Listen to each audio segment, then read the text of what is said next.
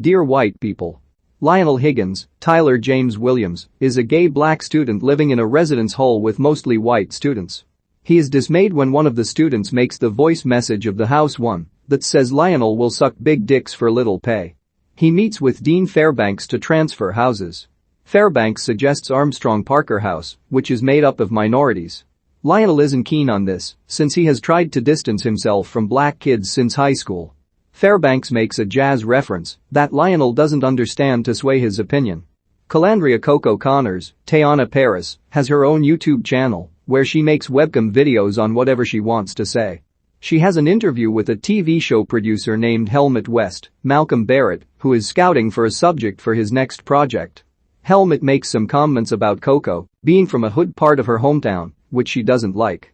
Coco hangs out with her friend, Sophia Fletcher, Brittany Curran, daughter of the school's president. Sophia asks Coco if her hair is weaved, which Coco also doesn't like to hear. Sophia then introduces Coco to her boyfriend, Troy Fairbanks, Brandon P. Bell, the dean's son.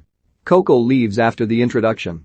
Troy and Sophia see flyers on the walls from Sam, who is trying to run against Troy for head of the Armstrong Parker House.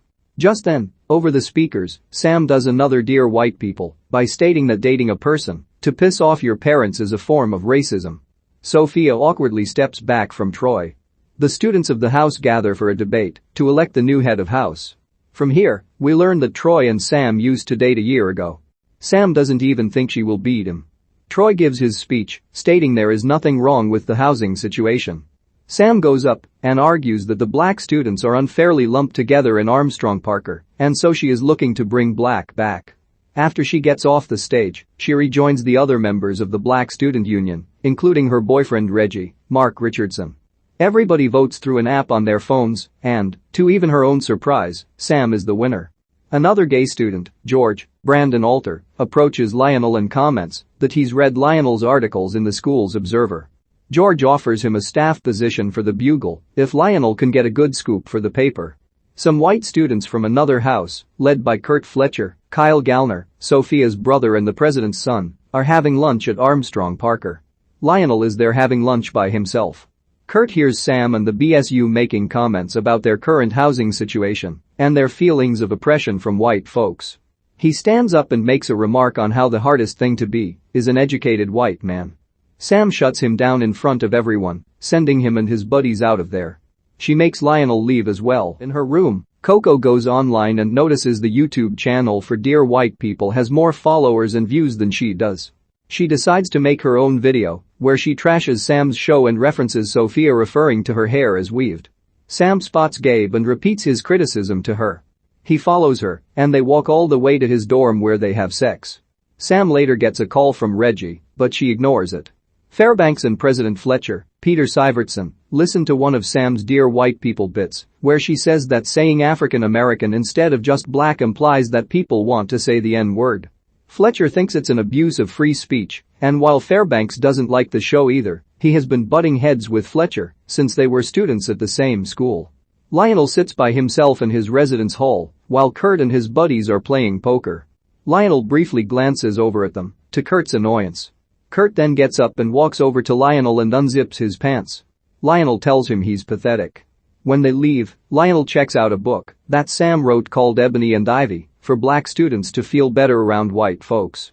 He spots a trivia question which puts him in a scenario where he's at a restaurant and the waitress mistakes him for someone that tipped her poorly, so she takes 45 minutes to bring him his food. He reviews the options and is baffled when he sees the answers. Everybody goes to Kurt's hall for a night of poker. Troy sits with Kurt's friends with the hope of joining their group, Pastiche. Coco shows up wearing a low-cut dress, attracting some attention of her own. Kurt hangs out with the two of them and his friends, suggesting they may have spots in the group. Sam and Reggie argue over a rally they are planning against Fairbanks and the housing situation. Sam offends Reggie with an offhand comment, leading him to storm out. They talk it over outside and they kiss, which Gabe sees. Troy and Coco end up sleeping together and sharing a joint. Coco gets a message from Kurt saying she's got a spot in the group. Troy has nothing. The BSU gets ready for their rally, with signs made up and everything. Sam goes to join them until she gets a text from her mom to call her. She does and learns there is something going on with her father. Sam leaves in tears. Gabe follows her to her room to try and console her, but she just wants to be left alone. Gabe argues that she ought to stop putting up this tragic mulatto bullshit front, while Reggie and two others knock on Sam's door. Gabe opens the door and leaves, to the surprise of the others. Lionel finds George and his associate Annie, Katie Gulke, in their office. He tells George that he is planning on doing the article on the fiasco with Sam and Kurt. Later, while he eats at Armstrong, Parker, Reggie, and three other BSU members sit with Lionel and assure him that they are not homophobic and want him to join their cause. Lionel ends up moving into the same apartment as Troy. Troy is none too pleased, but he and Lionel just seem to ignore each other. Coco talks to Helmut again, who is interested in showcasing the university for the documentary he is making, called Black Face, White Place. Lionel finds George and Annie in the office again. George tells him that he wants Lionel to cover a donors event, which will be followed by a Halloween party that George invites Lionel to. Before George leaves, Lionel asks him if he thinks Lionel, is a good writer. George just smiles and kisses him. The white students receive an invitation from Kurt to come to the party, which has a black theme to it. He uses some racist jargon and ends it with Nga Nga Nga Nga Nga. The party is full of white people in blackface or wearing Obama and Rosa Parks masks, drinking purple drank, and playing hip-hop. Lionel finds this to be very offensive. George pulls him aside and starts kissing him, but Lionel is too uncomfortable to proceed. He leaves and finds the BSU and rallies them along with the other minorities to crash the party. Troy also finds his father among the other people donating to the school to show him the pictures of the party. All the black students start making trouble at Kurt's party. Lionel starts smashing bottles and the others break things and pull the masks off people. Sam and Coco are also there, with Coco sporting a blonde wig and Sam recording everything on her film camera. Coco tells Sam that the white people spend a lot of money just to be like black people, and for a night, that's what they got. Lionel smashes the speakers and turntables, leading everyone to run outside. Kurt pins Lionel to the ground, giving Lionel an opportunity to humiliate Kurt by kissing him in front of everyone. Kurt punches him twice until Reggie pulls him off. Then the police show up. In the aftermath of the riots, Sam, Kurt, Lionel, and Troy are all individually met by Fairbanks to discuss who sent the racist invitation. Fairbanks suggests it was Sam because the password used by the person sending the invitations was the same as Sam's student ID number. She firmly denies this was the case. Sam shows a new video to her class with footage from the party and the thoughts on the black students on this situation. She ends it with a clip of herself about to do another Dear White People, but instead, she says, "You know what? Never mind." The class applauds the film. Sam finds Gabe reading The Observer on a footbridge.